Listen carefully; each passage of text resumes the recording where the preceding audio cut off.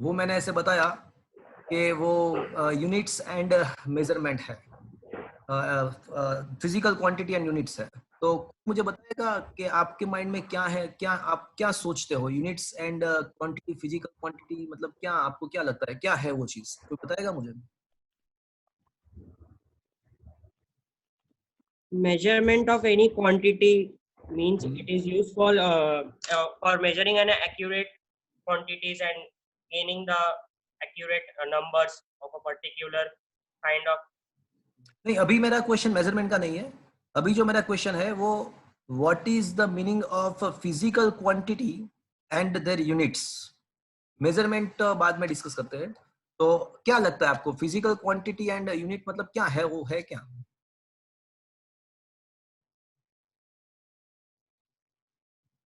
Sir, बोलो। units means your international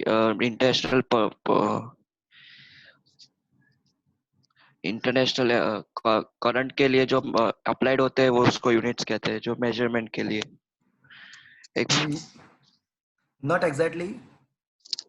देखो, पहले हम फिजिकल क्वांटिटी क्या है उसके बारे में कुछ हम डिस्कस करते हैं। तो फ्रेंड्स, मैं यहाँ पे अच्छा, आपके मोबाइल के अंदर अभी कोई नोट्स, सेकंड चैप्टर का नोट्स आपको दिख रहा है आपके मोबाइल में? Yes, sir. Yes, sir. Able to see that note? मैं Yes, sir. करके दिखता हूँ। अच्छा, now are you able to see it clearly? Yes. अभी आपके मोबाइल के अंदर क्या आ रहा है, वो सेकंड चैप्टर का नोट्स आ गया? Yes, sir. Okay fine. देखो, अब मैं आपको बताता हूं कि what is the physical quantity. आपके आसपास कोई भी इवेंट हो, चाहे वो मैन मेड हो या चाहे वो नेचुरल हो, अगर आपको उसको वो इवेंट को अगर आपको वो इवेंट को साइंटिफिकली एक्सप्लेन करना है या उसको साइंटिफिकली समझना है, तो उसके लिए मुझे कुछ ना कुछ कंसेप्ट इंट्रोड्यूस करने पड़ेंगे। आई रिपीट, कोई भी इवेंट, चाहे वो मैनमेड हो या चाहे वो आर्टिफिशियल हो, अगर मुझे उस इवेंट को साइंटिफिकली एक्सप्लेन करना है, उसको साइंटिफिकली समझना है, तो मुझे कुछ कंसेप्ट वहां पे इंट्रोड्यूस करने पड़ेंगे।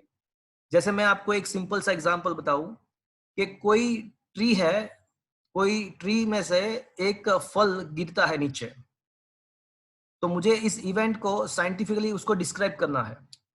एक एक ट्री में से एक फल नीचे गिरता है, तो उसको मुझे डिस्क्राइब, ये इवेंट को मुझे डिस्क्राइब करना है साइंटिफिक, विद द साइंटिफिकल वे। तो मुझे कोई डिस्क्राइब करेगा, मतलब कोई भी आप में से ये एक फल गिरा है पेड़ में, Gravity. तो मुझे उसके बारे में कुछ डिस्क्रिप्शन दो। चलो बोलो, कोई अगर बताना चाहता है तो। Sir, it's because of gravity. अच्छा, वेरी गुड। ग्रेविटी, और उसको ज्यादा प्रिसाइज बनाओ, ग्रेविटेशनल, उसको ज्यादा प्रिसाइज बनाओ। It's because gravitational Four. Force. अच्छा, फोर्स पिक्चर में आया। तो अगर आप उसको साइंटिफिकली अगर आप उसको साइंटिफिकली इसको डिस्क्राइब करते हो, तो एक पिक्चर में आया। चलो, और कुछ बताना चाहते हो आप इसके बारे में?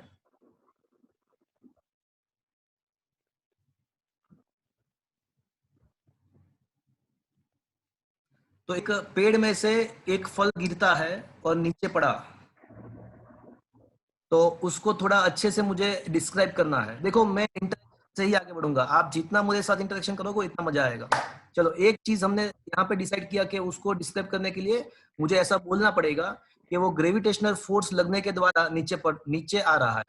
चलो, बताएगा।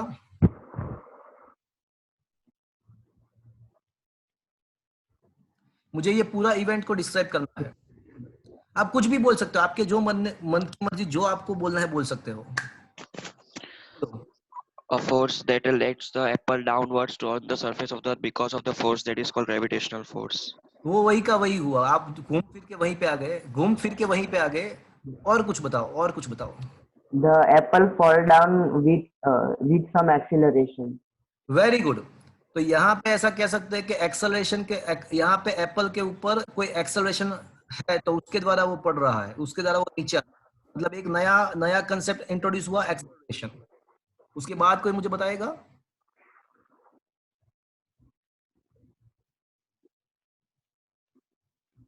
An opposing force may act on the apple because नहीं, after यहाँ पे कोई अपोजिंग फोर्स हम कंसीडर नहीं करेंगे।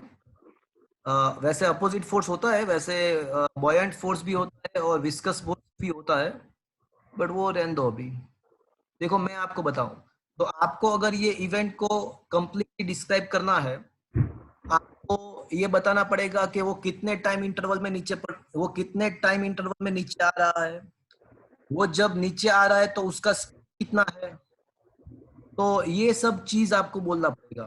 वो कौन से हाइट से नीचे आ रहा है, कितने टाइम इंटरवल में नीचे आ रहा है, it will strike the ground with which speed. तो ये सब चीज आपको अगर उसको मिला देते हो, इसको सबको मिला देते हो, तो उसका डिस्क्रिप्शन पूरा साइंटिफिक हो जाएगा। बट ये एक सिंपल सा मैंने इवेंट लिया, एकदम सिंपल सा इवेंट लिया, बट उसको डिस्क्राइब करने के लिए मुझे कौन कौन से कंसेप्ट अप्लाई करना पड़ा। टाइम इंटरवल मुझे अप्लाई करना पड़ा, एक्सेलरेशन मुझे पिक्चर में लाना पड़ा, फोर्स मुझे पिक्चर में लाना पड़ा, हाइट मुझे लाना पड़ा, स्पीड लाना पड़ा। तो ये सब जो चीज है उसको ही फिजिकल क्वांटिटी बोलते हैं। अगर हमको डेफिनेशन बनाना है फिजिकल क्वांटिटी का, तो ऐसा हम बना सकते हैं कि any event, whether it is a artificial or whether it is a natural, to describe that phenomenon, to describe that event scientifically, we need to use some concept, we need to apply some concept, and that concept is defined as a physical quantity. तो हमारे आसपास जो भी events होते हैं उसको scientifically describe करने के लिए कुछ कंसेप्ट का हमको यूज करना पड़ेगा, and that is what is called the physical quantity. तो फ्रेंड्स, आई होप के आपको ये फिजिकल क्वांटिटी किसे बोलते हैं वो आपको समझ में आ गया। वैसे आपके माइंड में तो था ही ये वैसे 8, 9, 10 स्टैंडर्ड में तो आपको पता ही था कि भाई फोर्स आता है, टाइम आता है, मास आता है, वो सब तो आता है। बट उसको मतलब ये साइंटिफिकली उसको डिफाइन कैसे करना है वो आपको शायद पता चला, और आपको ये भी पता चला होगा कि फिजिकल क्वांटिटी हम क्यों लाते हैं। तो फिजिकल क्वांटिटी का लाने का रीजन ये है कि उसके द्वारा हम कोई भी इवेंट को साइंटिफिकली डिस्क्राइब कर सकते हैं। So I repeat once again that the definition of the physical quantity is to describe any phenomenon, whether it is a man-made or natural. Some concept need to be introduced, and concepts are defined as a physical quantity. तो अब physical quantity कौन कौन से है, तो आपको तो ये पता है कि भाई फिजिकल क्वांटिटी आप कहीं ना कहीं 8, 9, 10 स्टैंडर्ड में पढ़े हो कि भाई वो है ना, मास होगा, टाइम होगा, एक्सेलरेशन होगा, वेलोसिटी होगा, फोर्स होगा, वर्क होगा, वो सब फिजिकल क्वांटिटी है। बट चीज ऐसी है कि आप कोई भी फिजिकल क्वांटिटी को, सभी जो जितने भी फिजिकल क्वांटिटी है उसको हम दो पार्ट में क्लासिफाई कर सकते हैं। एक फंडामेंटल है और दूसरा है डिराइव्ड क्वांटिटी। तो ये फंडामेंटल एंड डिराइव्ड क्वांटिटी के बीच में क्या डिफरेंस है वो मैं आपको बता रहा हूं अभी। जैसे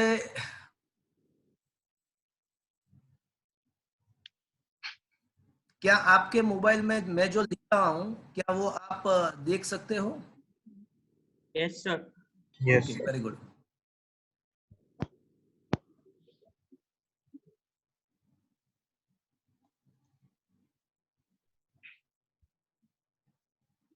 देखो, कुछ क्वांटिटीज ऐसी है, कुछ क्वांटिटीज ऐसी है कि जो मेन है, जो बेस क्वांटिटी है, और उसके द्वारा बाकी सब क्वांटिटी को हम बना सकते हैं, बाकी सब क्वांटिटी को हम बना सकते हैं। तो जो बेस क्वांटिटी है उसको हम फंडामेंटल क्वांटिटी बोलेंगे, और जो फंडामेंटल क्वांटिटी के द्वारा जो हम डिराइव करते हैं, जिसको हम डिराइव करेंगे तो उसको हम बोलेंगे डिराइव्ड क्वांटिटी। तो जैसे मैं आपको बताऊं कि डिस्प्लेसमेंट जो है वो फंडामेंटल क्वांटिटी है, जैसे टाइम जो है वो भी फंडामेंटल है, जैसे मास जो है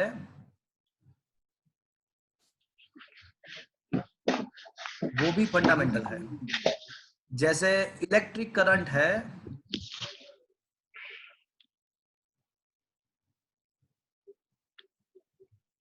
वो भी फंडामेंटल है।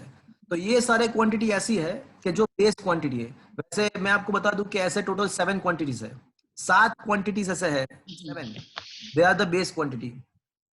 देखो स्टूडेंट्स, ये आप कहीं से मुझे थोड़ा आवाज आ रहा है, तो आई रिक्वेस्ट यू कि अगर आपका स्पीकर, मैं अभी यहाँ से सबको म्यूट कर देता हूँ। ओके या तो ये सारे जो टोटल ऐसे 7 क्वांटिटीज है जो बेस क्वांटिटी है, वो मैं बाद में आपको बता दूंगा, पर ये जो क्वांटिटी है वो बेस क्वांटिटी है। अब देखो, अब मेरी बात सुनो, कोई मुझे बताएगा कि स्पीड का मतलब क्या होता है? स्पीड का मतलब क्या होता है, कोई बताएगा मुझे? Anybody from your side?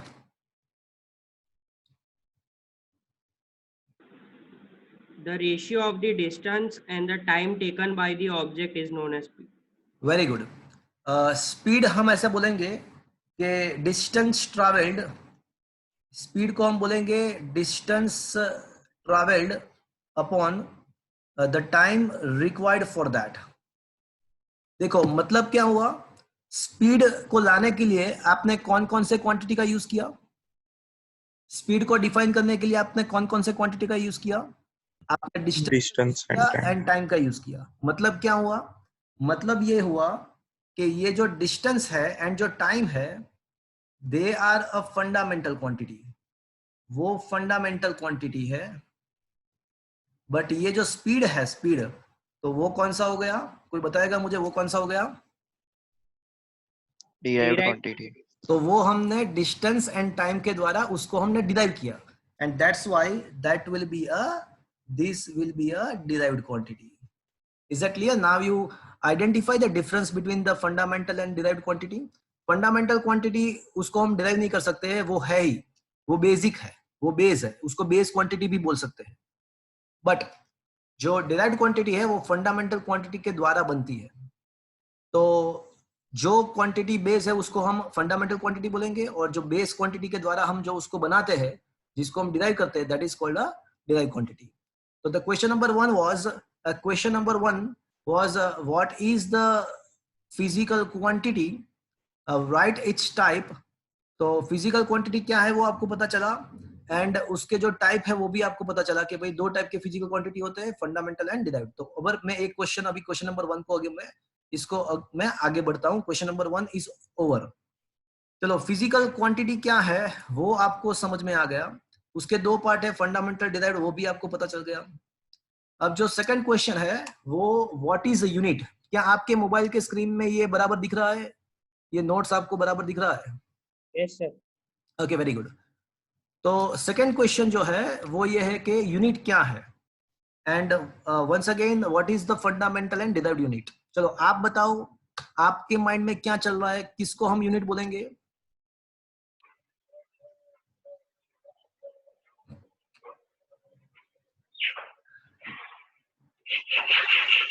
बताओ किसको यूनिट बोल सकते हैं हम? The measurement of the man-made as well as a natural phenomenon. Okay, आपका मतलब आंसर सही है, सोचना आपका सही है, बट आंसर को प्रॉपरली आप नहीं बता पा रहे हो। तो आप ऐसा बोले कि भाई जो नेचुरल एंड जो man made, that is artificial, जो भी जितनी है उसको मेजरमेंट करने के लिए जो हमको यूज करना पड़ेगा उसको यूनिट बोलेंगे। तो वो बात आपका सही है। तो उसका एग्जैक्ट डेफिनेशन ऐसा होगा, यहाँ पे लिखा हुआ है मैंने, a standard major of any quantity, standard measure of any quantity is called its unit। मतलब कोई भी फिजिकल क्वांटिटी को मेजरमेंट करने के लिए हमको जो हम उसको यूज करेंगे, जो साइंटिस्ट ने उन फिजिकल क्वांटिटी के साथ असाइन किया हुआ है, फिजिकल क्वांटिटी के मेजरमेंट करने के लिए उसके साथ जो साइंटिस्टों ने असाइन किया हुआ है पहले से, उसको हम इसके यूनिट बोलेंगे। जैसे मास है, तो मास को हम मेजर करने के लिए किस मेजरमेंट में हम मास को मेजर करते हैं? मास को कैसे मेजर, कौन से फॉर्म में मेजर करते हैं मास को? किलोग्राम। हाँ, तो मास को हम मेजर करने के लिए हम किलोग्राम का यूज करते हैं। तो मतलब क्या हुआ? मतलब ये हुआ कि मास का जो यूनिट है, मास का जो यूनिट है वो हम ऐसा कह सकते हैं कि वो किलोग्राम है। वैसे उसको ग्राम में भी हम मेजर करते हैं, some time it is also measure in the pound as well, उसको पाउंड में भी मेजर करते हैं। तो ये physical mass is the physical quantity, और वो जिसके द्वारा मेजर होता है उसको हम उसका यूनिट बोलते हैं। चलो, जैसे टाइम जो है उसको हम मेजर करने के लिए क्या यूज करते हैं, टाइम को मेजरमेंट करने के लिए? Second. Second. Yeah, time is measured in the form of seconds. Sometimes it is measured in the terms of minute. Sometimes it is measured in the terms of hour. Sometimes it is measured in the terms of day. Sometimes it is measured in the terms of year. So these all are the units of the these all are the unit of the time. जैसे मुझे ये बताओ कि distance को measure करने के लिए हम किसका यूज करते हैं? Centimeter. Metre. Metre. Meter. Very good. Distance को मेजर करने के लिए हम मीटर का यूज करते हैं, सेंटीमीटर का यूज करते हैं, किलोमीटर का यूज करते हैं, हम उसको फीट में भी मेजर करते हैं, फुट्स का भी यूज करते हैं, उसको हम समटाइम्स माइल्स में भी मेजर करते हैं। लाइट ईयर में भी आपको पता होगा कि distance between the earth and the other planets are measured in the form of light year. देखो यहाँ पे बहुत सारे बच्चे मिस्टेक करते हैं। जब कोई आपको ऐसा पूछता है कि light year is the unit of which quantity, तो यहाँ पे ईयर आता है ना, तो बच्चे ऐसा सोचते हैं कि ईयर है तो वो टाइम का यूनिट है।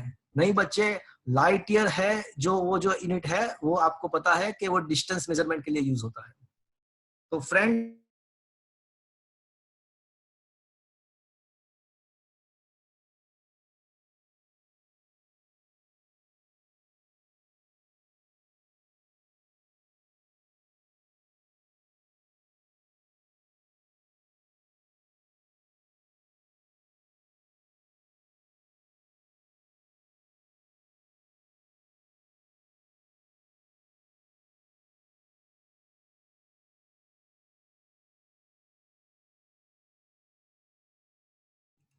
Okay, are you able to hear me? क्या फ्रेंड्स मेरी आवाज आपको आ रही है? Yes, sir. यस। कभी कभी मैं आपको एक चीज बता दूं कि ये जो है ना, ये ऑनलाइन में कभी कभी ऐसा हो जाता है कि ये इंटरनेट के वजह से कभी कभी डिस्कनेक्ट हो सकता है। एंड आज है ना, वो बोर्ड का रिजल्ट भी है यहाँ पे। ये 12th स्टैंडर्ड का बोर्ड का रिजल्ट आज है। तो ये मेरे मोबाइल में जब फोन आता है, किसी का फोन आता है या मैसेज आता है, तो थोड़ा इंटरनेट थोड़ा लेक होता है। मतलब ये कभी कभी ऐसा होगा। आज के दिन वो ज्यादा होगा बिकॉज आज वो रिजल्ट है ना, इसलिए। क्या अभी आप मुझे सुन पा रहे हो? Yes, sir. Okay fine. तो मैं ये बात कर रहा था कि फिजिकल क्वांटिटी क्या है एंड फिजिकल क्वांटिटी को हम कैसे मेजर करते हैं। तो ये चीज हम डिस्कस कर रहे थे, मुझे वापस से वो शेयर करना पड़ेगा। मैं अभी वो जो नोट्स है उसको शेयर कर रहा हूँ। आपके मोबाइल के अंदर वो अभी आ जाएगा। Okay, are you able to see that notes on your mobile? क्या आपके मोबाइल में नोट्स आ गया, मेरा जो नोट्स है? Yes, sir. Yes. Yes. Fine, okay. तो मैं ये बता रहा था कि लाइट ईयर जो है, वो लाइट ईयर किसका यूनिट है, कौन से क्वांटिटी का यूनिट है? वो टाइम का है या डिस्टेंस का है? Distance. It is the unit of the distance. तो फ्रेंड्स, तो in simple language, physical quantity को मेजर करने के लिए, फिजिकल क्वांटिटी को मेजरमेंट करने के लिए हम जिसका यूज करते हैं, जो साइंटिस्टों ने पहले से ही हमारे लिए उसको पर्टिकुलरली असाइन किया हुआ है, तो that is what is called its unit. अब जो फंडामेंटल क्वांटिटी है, 7 quantities are the base quantity. अब इसके बाद में उसको हम डिस्कस करेंगे। तो ये जो फंडामेंटल क्वांटिटी है, उसके जो यूनिट है उसको हम फंडामेंटल यूनिट बोलेंगे। जैसे किलोग्राम है, मीटर है, सेकंड है, they are the fundamental units. But derived quantity है, डिराइव्ड क्वांटिटी जैसे speed is a derived quantity. तो एज यू नो कि स्पीड को हम कैसे रिप्रेजेंट कर सकते हैं, स्पीड को कैसे बताएंगे हम? तो स्पीड इज इक्वल्स टू, बोलो स्पीड इज इक्वल्स टू क्या होता है? Distance upon time. हाँ, तो as you know speed is equals to distance upon time, तो इसका जो यूनिट होगा, तो इसके द्वारा इसका जो डिस्टेंस का यूनिट अपॉन टाइम का यूनिट, तो डिस्टेंस का यूनिट क्या कह सकते हैं हम? किलोमीटर कह सकते हैं। टाइम का यूनिट हम आवर और कहते हैं। तो या फिर हम ऐसा भी लग सकते हैं कि मीटर पर सेकंड। तो फ्रेंड्स यहाँ पे जो मीटर एंड सेकंड है वो कौन सा यूनिट हुआ, ऐसा कह सकते हैं हम? Metre and second will be the fundamental unit, and metre per second, ये जो मीटर पर सेकंड जो यूनिट हुआ इसको ऐसे भी लिख सकते हैं। तो ये कौन सा यूनिट हुआ, कोई बताएगा मुझे? फंडामेंटल। नहीं, Derived. Metre, metre Derived. पर मैं पूरा मतलब ये पूरा मिला के पूरा मिला के पूछ रहा हूं, तो वो क्या होगा? तो ये जो यूनिट है मीटर पर सेकंड वो डिराइव्ड यूनिट है, derived quantity एंड जो unit. मीटर एंड सेकंड, ये दोनों जो है मीटर एंड सेकंड, तो ये जो दोनों है वो कौन से यूनिट? फंडा वो फंडामेंटल हुआ। तो मतलब सिंपल सी बात है, जो फंडामेंटल क्वांटिटी है उसके जो यूनिट है वो फंडामेंटल है, एंड जो डिराइव्ड क्वांटिटी है उसके जो यूनिट है वो डिराइव्ड यूनिट है। Is that clear to you everybody? तो ये चीज फ्रेंड्स आपको समझ में आया? आप कुछ बोलना तो मुझे पता चलेगा। Yes, sir. आपको समझ Yes, आया? sir. Yes sir okay fine. अब हम आगे बढ़ते हैं। The next question is different kind of unit system. तो फ्रेंड्स शायद आपको ये पता होगा, 8, 9, 10th में आप पढ़ चुके होंगे कि सबसे पहले Britishers are the people who had very firstly introduced the concept of the system of unit, and they had a very first they had designed a unit system that is called FPS, foot pound second system. तो उन लोगों ने सबसे पहले, मैं आपको सच्ची बात बताऊं तो जो ब्रिटिशर्स थे, तो मतलब उसको साइंस को सिस्टमेटिक तरीके से रिप्रेजेंट करने वाले जो पब्लिक थे वो पहले सबसे पहले ब्रिटिशर्स थे। तो उन लोगों ने ये जो पूरा साइंस है उसको थोड़ा सिस्टमेटिक फॉर्म में लाए। तो उन लोगों ने सबसे पहले एक यूनिट सिस्टम बनाया, फुट पाउंड सेकंड सिस्टम। तो वो लोग लेंथ को मेजर करने के लिए फुट का यूज करते थे, मास को मेजर करने के लिए पाउंड का यूज करते थे, एंड टाइम को मेजर करने के लिए वो लोग सेकंड्स का यूज करते थे। उसके बाद इवन एक्चुअली उसके बाद अमेरिकन आए, उन लोगों ने थोड़ा और नया सिस्टम डेवलप किया, CGS एंड MKS सिस्टम वहां पे इंट्रोड्यूस किया। CGS का मतलब हुआ centimetre gram second system, MKS का मतलब हुआ मीटर किलोग्राम सेकंड सिस्टम। तो ये CGS सिस्टम में डिस्टेंस को मेजर करने के लिए सेंटीमीटर का यूज होता था, मास को मेजर करने के लिए ग्राम का यूज होता था, टाइम को मेजर करने के लिए सेकंड। सिमिलरली MKS में डिस्टेंस को मेजर करने के लिए मीटर, टाइम, मास को मेजर करने के लिए किलोग्राम, एंड टाइम को मेजर करने के लिए सेकंड का यूज होता था। बट ये सब खत्म होने के बाद कुछ ऐसा हुआ कि उन लोगों को ऐसा पता चला कि कुछ और भी इंट्रोड्यूस करना पड़ेगा। तो पहले जो साइंस का जो इन्वेंशन था पहले, तो वहां पे उन लोगों को इलेक्ट्रिक करंट वो सब पता नहीं था। उसके बाद ये इलेक्ट्रिसिटी का भी इन्वेंशन हुआ और इलेक्ट्रिक करंट का भी इन्वेंशन हुआ। तो उन लोगों को पता चला कि ये जो सिस्टम है MKS या CGS वो सफिशिएंट नहीं है, इट इज नॉट सफिशिएंट, उसमें कुछ और भी लगाना पड़ेगा। Then after they introduce the new system MKSA, metre kilogram second ampere system. Ampere को लगा दिया उन लोगों ने, साथ में जोड़ दिया, बिकॉज ये इलेक्ट्रिसिटी का इन्वेंशन होने के बाद पता चला कि खाली MKS से काम नहीं चलेगा। एंड इवन एक्चुअली साइंस का ज्यादा फिर उसका इन्वेंशन हुआ तो पता चला कि ऐसे चार भी MKSA से भी कुछ भी नहीं होगा। तो क्या किया फिर, सब बहुत सारे अलग अलग जगह से अलग अलग कॉन्टिनेंटल से साइंटिस्ट इकट्ठा हुए और उन लोगों ने एक नया सिस्टम फॉर्म किया। आई थिंक आपके केमिस्ट्री में भी ये आता है, एम आई राइट? बोलो क्या अब मैं कहने वाला हूं आपको पता चला? कोई बताएगा?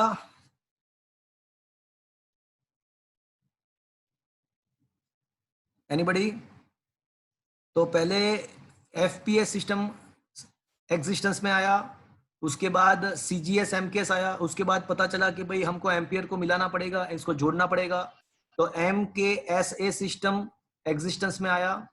बट फिर उसको पता चला कि एक खाली MKSA से भी खत्म नहीं होगा, तो सारे साइंटिस्ट इकट्ठा हुए फ्रांस में, और उन लोगों ने सोच के समझ के कुछ नया सिस्टम फॉर्म किया। कोई मुझे बताएगा मैं कौन से सिस्टम की बात कर रहा हूँ? SI system. SI system. SI system. I think ये आपके केमिस्ट्री में भी आई थिंक आ रहा है ये, M I right? Yes, sir. Yes, sir. Finally they had introduced a SI system. So 7 quantities are the base quantity in the SI unit system international। तो SI system के अंदर 7 quantity जो थी वो base quantity थी। मैं जो लिख रहा हूं क्या वो आपके स्क्रीन पे आ रहा है? Yes, sir. Yes, sir. Okay, so 7 quantities are the base quantity of the SI system. The very first is a distance, or I can say a length. तो कोई मुझे बताएगा what is the unit of the distance?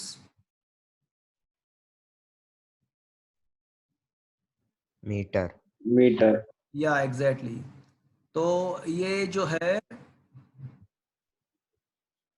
this is one is a physical quantity and here is the SI unit। तो उन लोगों ने बहुत साल पहले वो जो साइंटिस्ट लोग थे वो लोग ने साथ में मिलके ऐसा डिसाइड किया कि डिस्टेंस का जो ऐसा यूनिट है वो हम लोग मीटर लेंगे। डिस्टेंस के बहुत सारे यूनिट है, सेंटीमीटर भी है, किलोमीटर भी है, मिलीमीटर भी है। बट कोई अगर आपको ऐसा पूछते हैं कि व्हाट इज द ऐसा यूनिट ऑफ द डिस्टेंस, कोई आपको अगर ऐसा पूछते हैं कि व्हाट इज द ऐसा यूनिट ऑफ द डिस्टेंस, तो आपको फ्रेंड्स क्या लिखना है? आपको लिखना है मीटर। मीटर इज द ऐसा unit of the distance. Okay, so फिर दूसरा जो है वो मास है। चलो मुझे ये बताओ कि मास को हम कैसे मेजर कर सकते हैं? तो मास को हम पाउंड में भी मेजर कर सकते हैं, मास को हम ग्राम में भी मेजर कर सकते हैं, मास को हम किलोग्राम में भी मेजर कर सकते हैं।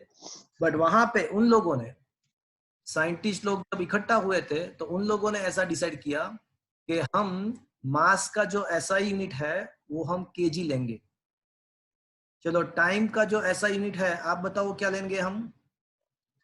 सेकंड। Electric current, ampere. तो इलेक्ट्रिक करंट का जो यूनिट है वो A, उसको एम्पियर बोलते हैं। देन इसके बाद है ल्यूमिनस इंटेंसिटी, Centric. Candela. तो उसका जो यूनिट है वो CD मतलब कैंडेला है। फिर थर्मोडायनेमिक टेम्परेचर भी है, केल्विन। अब टेम्परेचर जो है उसको हम केल्विन में भी मेजर कर सकते हैं, सेल्सियस में भी मेजर कर सकते हैं, फ़ारेनहाइट में भी मेजर कर सकते हैं।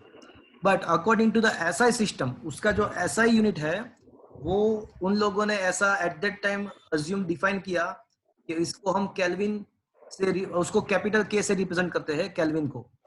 And the last one is the amount of the substance, Mole. तो कोई भी सब्सटेंस का जो अमाउंट है उसको हम मोल से रिप्रेजेंट करेंगे। So these are the 7 SI quantity and their units.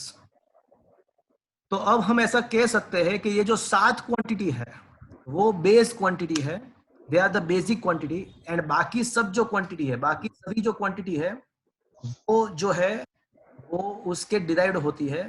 तो friends, you will be surprise by knowing that in the 11th and 12th standard, up till the end of 11th and 12th standard, you will come across more than 200 quantities. 150 से ज्यादा, 150 से ज्यादा quantities आप पढ़ने वाले हो। But वो सारे क्वांटिटी के बेस में जो है, वो सारे क्वांटिटी के बेस में जो है वो ये 7 क्वांटिटीज ही है। तो this 7 quantities are the most fundamental quantity, और बाकी बहुत सारे क्वांटिटी आप 11th एंड 12th में इवेंचुअली आप पढ़ने वाले हो, तो वो सारे जो क्वांटिटीज है वो जो है वो डिराइव्ड क्वांटिटी है। तो ये SI सिस्टम के बारे में आपको पता है, उसका जो क्वांटिटी अलग अलग क्वांटिटी है उसके बारे में भी हमने डिस्कस किया। तो अभी आगे बढ़ते हैं। या here it is the table for the SI system. तो उसका यहाँ पे मैंने बताया हुआ है, SI सिस्टम का टेबल देख लो एक बार। 7 quantity are the base quantity, length, mass, time, electric current, thermodynamic temperature, amount of the substance and luminous intensity. So these are the basic quantity. उसके यूनिट भी मैंने साइड में लिखे हुए हैं। अब I am going to jump to the question number 41। देखो, आपको मैंने एक व्हाट्सएप में नोट्स प्रोवाइड किया हुआ है। अगर कोई यहाँ पे फर्स्ट टाइम यहाँ पे लेक्चर अटेंड कर रहा है, अगर उसके पास नोट्स नहीं है तो आज मुझे व्हाट्सएप में हाई करके भेजना। मैं सेकंड चैप्टर का जो नोट्स है पूरा वो मैं आपको सेंड कर दूंगा। तो अब मैं थोड़ा मतलब पीछे के टॉपिक्स लेने वाला हूँ, बिकॉज ये जो है ना वो लिंक में है, ये फिजिकल क्वांटिटी के साथ ये जो है वो लिंक में है। तो अब डायरेक्टली क्वेश्चन नंबर 41 हम वहां पे जाएंगे। देखो, अब तक मैंने जो भी आपको एक्सप्लेन किया वो आपके लिए रिवीजन था। 8th, 9th, 10th स्टैंडर्ड में कहीं ना कहीं पे वो आपने पढ़ा हुआ था, बट अब जो मैं आपको करवाने वाला हूं, डायमेंशंस एंड डायमेंशनल फॉर्मूलाज, ये आपके लिए नया है। Excuse me. And this is the most important as well. कोई भी चैप्टर 12th स्टैंडर्ड या 11th स्टैंडर्ड का कोई भी चैप्टर ऐसा नहीं आएगा जिसके अंदर आप ये डायमेंशनल फॉर्मूलाज के बारे में कुछ नहीं आएगा। वो सारे इसका ये जो टॉपिक है उसका यूज अब फिजिक्स के हर एक चैप्टर में इसका यूज होगा। तो मैंने ऐसा बोला कि अब मैं डायमेंशंस एंड डायमेंशनल फॉर्मूला ये टॉपिक में पढ़ाने वाला हूं। तो आपके माइंड में स्ट्राइक होना चाहिए, आपके माइंड में क्वेश्चन होना चाहिए। मुझे पूछो क्वेश्चन पूछो मुझे।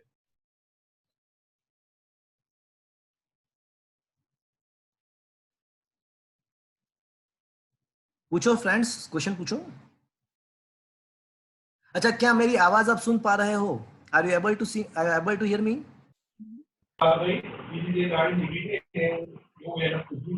क्या मेरी आवाज आप सुन पा रहे हो? Yes, yes, sir. अच्छा, आपको मेरे साथ इंटरेक्शन करना पड़ेगा तो मजा आएगा। जैसे ये जो क्वेश्चन है, तो क्वेश्चन ऐसा है कि डायमेंशंस एंड डायमेंशनल फॉर्मूला, मैंने ऐसा बताया कि ये टॉपिक में लेने वाला हूं। तो आपको क्वेश्चन पूछना है कि बोलो, पूछो, कुछ पूछ दो, कुछ भी पूछ दो।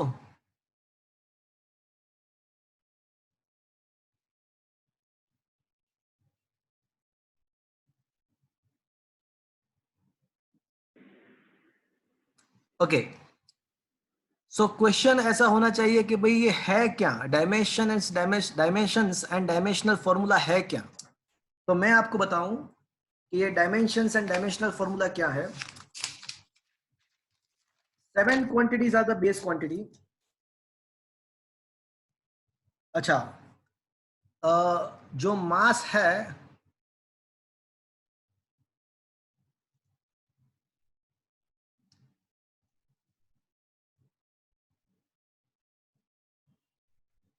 तो कोई मुझे ये बताएगा कि मास का यूनिट क्या है? What is the unit of the mass? kg. Very good, the unit of the mass is KG. अगर कहीं पे भी आप, मेरी बात ध्यान से सुनना, अगर कहीं पे भी आप किलोग्राम या फिर ग्राम या फिर पाउंड या कहीं पे भी आप देखते हो तो वो क्या रिप्रेजेंट करता है? करता है मास को। आप कहीं पे भी किलोग्राम, ग्राम या पाउंड अगर देख लेते हो तो वो एक्चुअली रिप्रेजेंट करेगा मास को। तो इसका मतलब ऐसा हुआ कि मास के जो इनिशियल्स है, इनिशियल जो है वो m है। तो अगर आप कहीं पे भी किलोग्राम, ग्राम या पाउंड देखते हो तो आपको क्या सोचना है एम सोचना है। अगर कहीं पे आप किलोग्राम स्क्वायर है, किलोग्राम का स्क्वायर है, तो आपको उसके हिसाब से क्या सोचना पड़ेगा, एम स्क्वायर सोचना पड़ेगा। मतलब अगर कहीं पे भी किलोग्राम क्यूब है तो आपको क्या सोचना है, मास का क्यूब। M cube. हाँ, चलो मुझे ये बता दो कि लेंथ का यूनिट क्या है। Metre. Metre. Metre, it may be a kilometre, it may be a centimetre. तो कहीं पे भी आप ये यूनिट देखते हो तो वो क्या रिप्रेजेंट करता है, वो लेंथ रिप्रेजेंट करता है। एंड लेंथ का इनिशियल क्या है फ्रेंड्स, एल। एल है। तो जब आपके सामने मीटर, किलोमीटर या सेंटीमीटर आता है तो आपको क्या सोचना है, लेंथ सोचना है। अगर आपके सामने मीटर स्क्वायर आ जाता है तो आपको क्या सोचना है,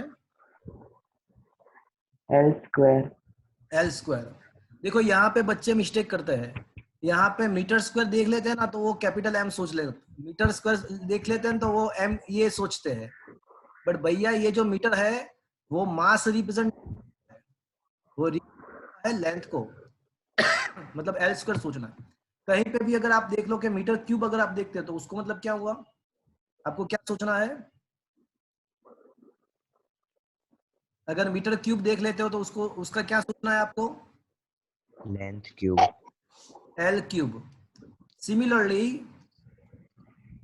मुझे ये बताओ कि टाइम का यूनिट क्या है,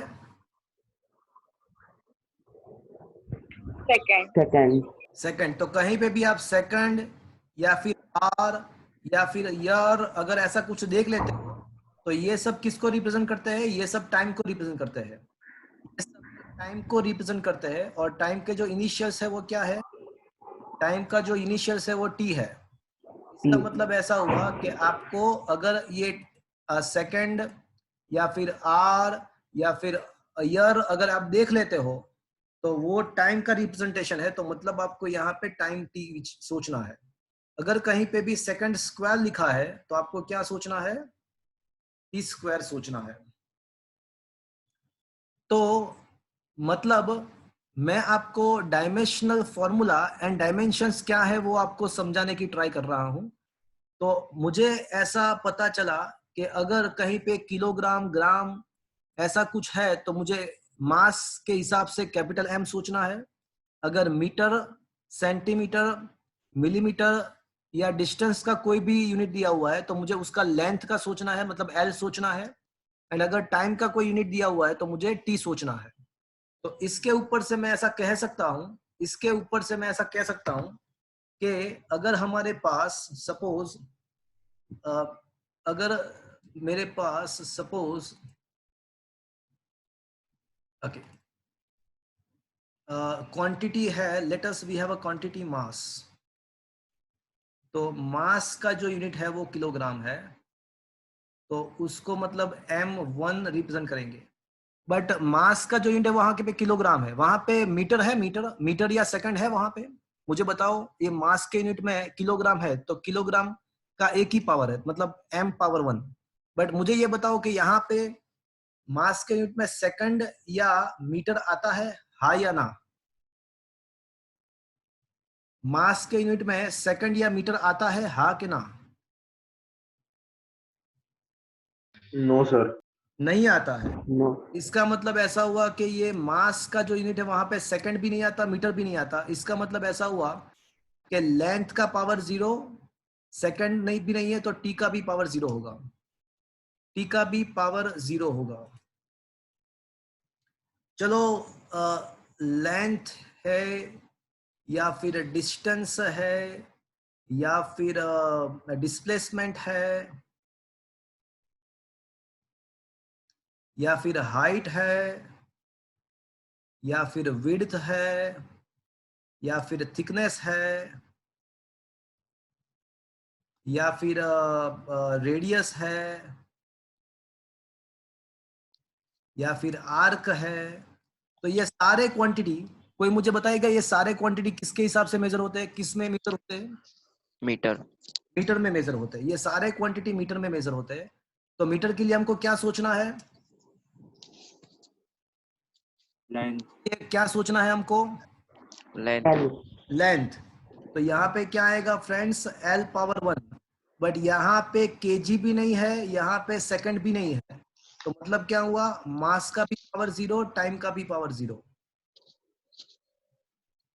अब देखो, अब ये क्वांटिटी जो है वो टाइम इंटरवल है। टाइम, तो टाइम किस पे मेजर करते हैं फ्रेंड्स, सेकंड। सेकंड। चलो अब आप मुझे बता दो कि यहाँ पे मुझे क्या लिखना चाहिए। S पावर 0 नहीं, S power 1। Wait wait wait, S को हम किसके हिसाब से रिप्रेजेंट करने वाले हैं, एस को कैसे रिप्रेजेंट करेंगे, M0 L0 T1। Very good. तो यहाँ पे जो आएगा वो मास का पावर 0, लेंथ का पावर 0, बट टाइम का पावर 1 आएगा, तो that is represented by this one. चलो मुझे ये बताओ कि इलेक्ट्रिक करंट है, इलेक्ट्रिक करंट का यूनिट एम्पियर है, तो एम्पियर के लिए मैं आपको बता दूं ए लेंगे हम, तो इसका जो होगा वो M0 L0 T0 and A power 1 होगा, उसका मास लेंथ टाइम 0 होगा, बट एम्पियर का पावर 1 होगा। सिमिलरली अगर टेम्परेचर है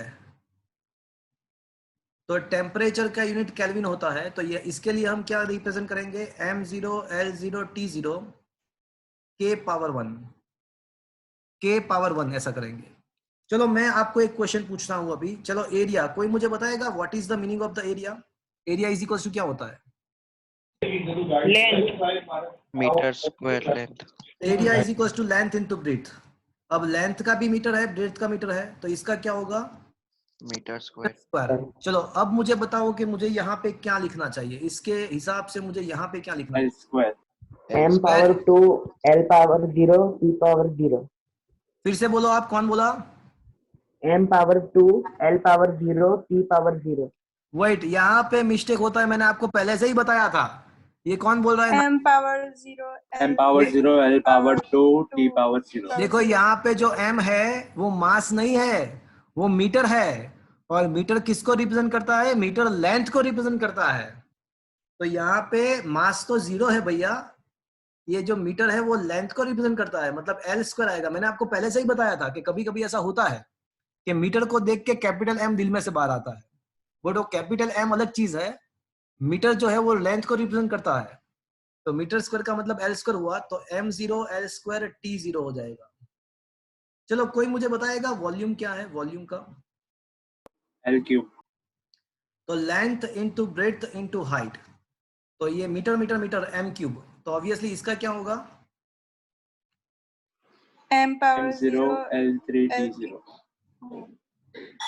तो फ्रेंड्स खत्म। तो यहाँ पे ये जो MLT के फॉर्म में जो इक्वेशन बना हुआ है, MLT के फॉर्म में जो इक्वेशन बना हुआ है इसको ही हम बोलेंगे उसका डायमेंशनल फॉर्मूला, तो इसको ही हम बोलेंगे डायमेंशनल फॉर्मूला।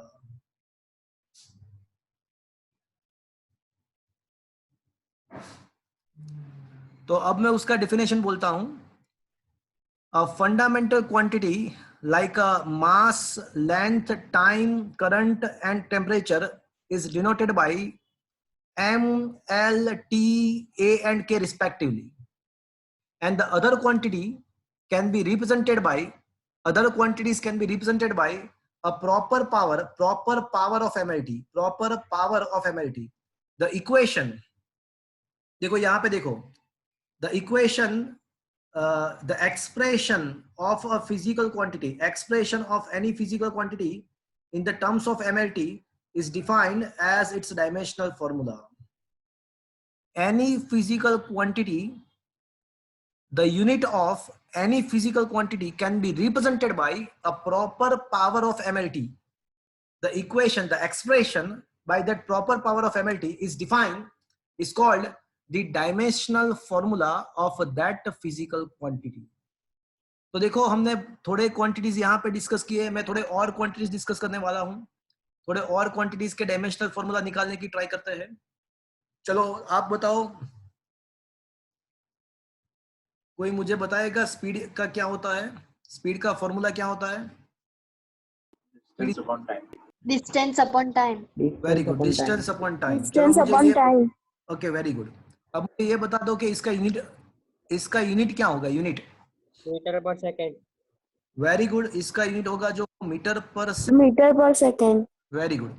अब इसके ऊपर से डायमेंशनल फॉर्मूला बता दो।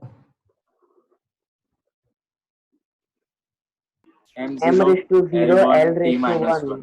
T minus देखो यहाँ पे मास नहीं है, कहीं पे केजी नहीं है, तो केजी नहीं है इसका मतलब ऐसा हुआ कि m का पावर 0, मास का 0 हो जाएगा, लेंथ का होगा 1 एंड टाइम का होगा -1। minus. चलो मुझे कोई बताएगा कि एक्सेलरेशन क्या है? Change in velocity upon change in time. Very good. कौन बोला? नाम बोलो, कौन बोला? Man. Man, you had given the correct answer. Very good. So change in velocity upon the time is called acceleration. अब change in velocity का जो unit है वो क्या होता है? वेलोसिटी का जो यूनिट है वो मीटर पर सेकंड होता है, और अपॉन टाइम वापस से सेकंड। अपॉन टाइम का मतलब वापस से सेकंड हुआ, तो फाइनली इसका जो होगा मीटर पर सेकंड स्क्वायर हो जाएगा। सो एक्सेलरेशन का यूनिट जो है वो मीटर पर सेकंड स्क्वायर है, according to its definition, according to its formula. तो मीटर पर सेकंड स्क्वायर जो है वो एक्सेलरेशन का यूनिट है। जैसे ग्रेविटेशनल एक्सेलरेशन याद करो, ग्रेविटेशनल एक्सेलरेशन आप क्या बोलते थे? 9.8 मीटर पर सेकंड। एक्सेलरेशन का यूनिट जो है वो मीटर पर सेकंड स्क्वायर है। तो चलो मुझे ये बता दो कि यहाँ पे मुझे क्या लिखना चाहिए? M raised to 0 L power 1 T power minus 2. Very good. I think now you are able to identify what is going on here. I think अब आपको ये आप ग्रिप एक आपने पकड़ लिया है कि क्या करना है। Yes. Is that clear? अब ये Yes. डायमेंशनल फॉर्मूला क्या है वो आपको पता चल गया कि कोई भी क्वांटिटी के यूनिट को हम MLT के प्रॉपर फॉर्म में, MLT के प्रॉपर एक्सप्रेशन में हम उसको रिप्रेजेंट कर सकते हैं। तो उसी को, ये MLT का जो फॉर्मूला है उसी को हम डायमेंशनल फॉर्मूला बोलते हैं। और चीज में बताओ कि ये जो MLT का जो पावर है, ये जो ML एंड T का जो पावर है उसको डायमेंशंस बोलते हैं। जो पूरा एक्सप्रेशन है उसको डायमेंशनल फॉर्मूला बोलते हैं, और उसका जो पावर है उसको हम डायमेंशंस बोलते हैं। तो MLT के जो पावर है उसको डायमेंशंस बोलेंगे। तो और मैं बताऊं, चलो आप मुझे बताओ और हम आगे बढ़ते हैं। चलो मुझे ये बताओ कि कोई बताएगा डेंसिटी का क्या होता है? kg per Mass meter. by volume. Very good. कौन बोला? Height. कौन बोला? Height. ये तो आपने कहीं पे पढ़ा है? ये आपके लेक्चर किसी ने कहीं पे आप डेमो लेक्चर अटेंड कर रहे हो कि आपको ये पता था? पता था। Very good, it is very good. तो density is equal to mass upon volume. चलो मुझे ये बताओ कि मास का क्या होता है? kg per meter क्यूब आएगा। इसका केजी होगा, एंड वॉल्यूम का क्या होता है? Metre cube. पर नीचे मीटर क्यूब है, मतलब ऊपर जाएगा तो वो मीटर रेज़ टू -3 होगा। चलो मुझे ये बता दो कि इसका डायमेंशनल फॉर्मूला क्या होना चाहिए? M raised to 1 M power 1 L L power 0. Very good. L 0 होगा? T power वेट, L 0 होगा? L power L3 minus minus 3. -3. हाँ, L का पावर जो होगा वो -3. L का, L is a length metre, तो उसका जो पावर है वो -3 होगा। एंड T T का power क्या आएगा? T power 0. तो क्या ये आप अभी ये इसको पकड़े? क्या ये क्या हो रहा है आपको समझ में आ रहा है ये सब चीज? देखो ये Yes. डायमेंशनल फॉर्मूला का जो टॉपिक, मतलब देखो मैंने आपको बताया कि till the end of the 11th and 12th standard you will come across more than 150 quantities. 150 से ज्यादा क्वांटिटीज आने वाली है, एंड सभी का डायमेंशनल फॉर्मूला आपको निकालना है।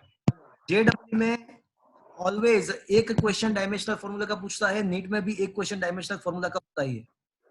In JEE and NEET, one question correspondent to dimensional formula always। तो अभी तो मैं आपको ऐसा क्वांटिटी हम को यहाँ पे बता रहा हूँ, इस टाइप के क्वांटिटी मैं आपको बता रहा हूँ जो आपने 8, 9 स्टैंडर्ड में कहीं ना कहीं पे पढ़ा हुआ है। बट बहुत सारे ऐसे क्वांटिटी आएंगे जो आप फ्यूचर में पढ़ोगे। अभी तो हम डायमेंशनल फॉर्मूला कैसे बनाना होता है वो मैं आपको एक्सप्लेन कर रहा हूँ। और इसलिए मैं ऐसे क्वांटिटीज अभी मैं ले रहा हूँ जो कहीं ना कहीं पे आप पढ़े हुए हो। चलो एक और क्वांटिटी में ले लेता हूँ। Let me have one more quantity. चलो किसी को ये पता है मोमेंटम का क्या होता है? What is the meaning of the momentum? है कोई? Momentum Product of mass and velocity. very good. You have learned in the 11th 12th standard. So momentum is nothing but it is a mass into the velocity. Mass into the velocity. चलो अब मास का देखो, कुछ बच्चे को ये momentum का formula पता होगा, कुछ के लिए ये नया है। तो आपको अभी क्या करना चाहिए कि आपको याद करना पड़ेगा कि मोमेंटम क्या था। पहले तो उसका बेसिक डेफिनेशन मतलब इसका फॉर्मूला क्या है वो आपको पता होना चाहिए। अगर आपको ये पता है तो उसके द्वारा आप उसका यूनिट लिख सकते हो। चलो उसका यूनिट क्या आएगा? चलो मुझे बताओ, मुझे मास इनटू वेलोसिटी। मास का क्या आता है? kg kg। एंड वेलोसिटी का क्या होगा? Metre per second. Metre per second. तो अब मोमेंटम का डायमेंशनल फॉर्मूला क्या होगा?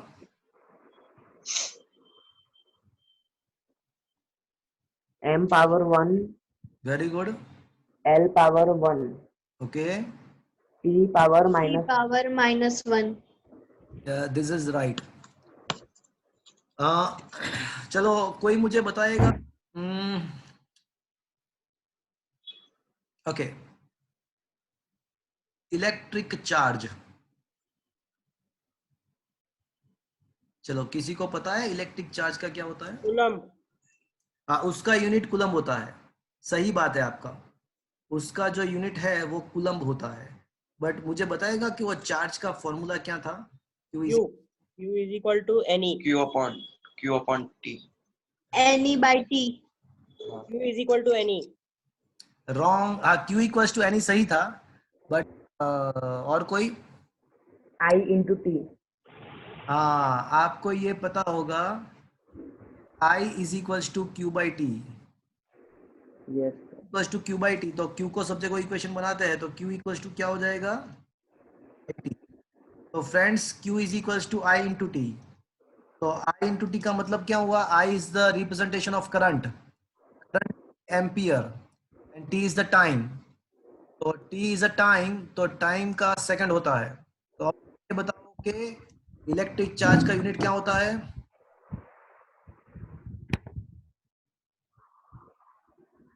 I का जो होता है वो I का जो होता है वो एम्पियर होता है, एंड टाइम का जो होता है वो सेकंड होता है। तो finally the unit of electric charge is ampere into second, which is also represented by coulomb. But आपको कूलम्ब नहीं सोचना है, एम्पियर सेकंड सोचना है। तो अब मुझे ये बताओ कि डायमेंशनल फॉर्मूला क्या होगा? Ampere into second. M0 L0 M0 T1 L0 A1 T1 A1. A1। Very good. तो फ्रेंड्स आज हमने डायमेंशनल फॉर्मूला कैसे निकालना होता है वो मैंने आपको बताया। नेक्स्ट लेक्चर में हम बहुत सारे क्वांटिटी के मतलब ऑलमोस्ट 32 क्वांटिटीज, ऑलमोस्ट 32 क्वांटिटीज के डायमेंशनल फॉर्मूला हम निकालने वाले हैं। आज के लेक्चर में मैंने आपको ये जो नोट्स है, ये नोट्स में से आपको होमवर्क क्या करना है। तो फ्रेंड्स आज का जो होमवर्क है वो आपका question number 1, question 2, question 3, question 4 and question number 41। Question number 41, 1 to 4 and 41, इतने क्वेश्चंस आपको होमवर्क में एक बार लिखना है। ये क्वेश्चन आपको होमवर्क में एक बार लिखना है। हम वापस कब मिलेंगे? अब कब मिलेंगे हम? ट्यूसडे। और देखो मैंने ये संडे का किसी को दिक्कत आ रहा है तो मैंने अभी जो टाइमिंग है वो ऐसे रखे हुए हैं कि Tuesday, Thursday and Saturday. Sunday का मैंने शिफ्ट किया है सैटरडे को। So from the next onward weeks, next week से हमारे जो टाइमिंग हो गए वो Tuesday, Thursday and Saturday 9 to 10:15। अब मैं थोड़ा 15 मिनट ज्यादा मैं बढ़ाऊंगा टाइम। तो 9 से 10 के बदले 9 to 10:15 हमारा टाइम रहेगा। Tuesday, Thursday and Saturday. तो अब हम जब ट्यूसडे मिलते हैं